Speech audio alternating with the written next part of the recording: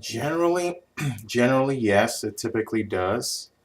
Now, you always find exceptions, of course, but in general, your level of education to some extent does determine the type of relationship that you have, in that you're typically going to be with someone who's at about your level of intelligence, typically.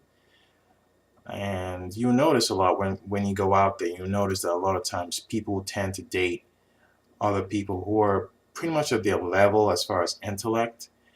Um, so, and that really boils down a lot to how people relate to each other and commonalities that they find in each other. And a lot of times, intelligence is a very big commonality. And for someone who is on a higher level of intelligence, um, trying to communicate with someone who is on a lower level of intelligence, they could be fine with that. But a lot of times, they won't feel like they have much.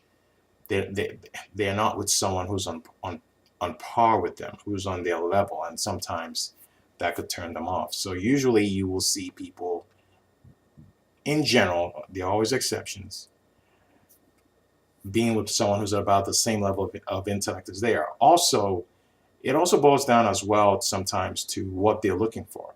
If they're looking for something that's more short term, that they're not going to invest much of their emotion or heart in, then they may not care so much about intellect. But when they're looking at someone that they're looking to be with in the long haul, who's going to be around, it's a little bit different. Now they're probably looking at someone who's more on their level, if not even a little bit higher.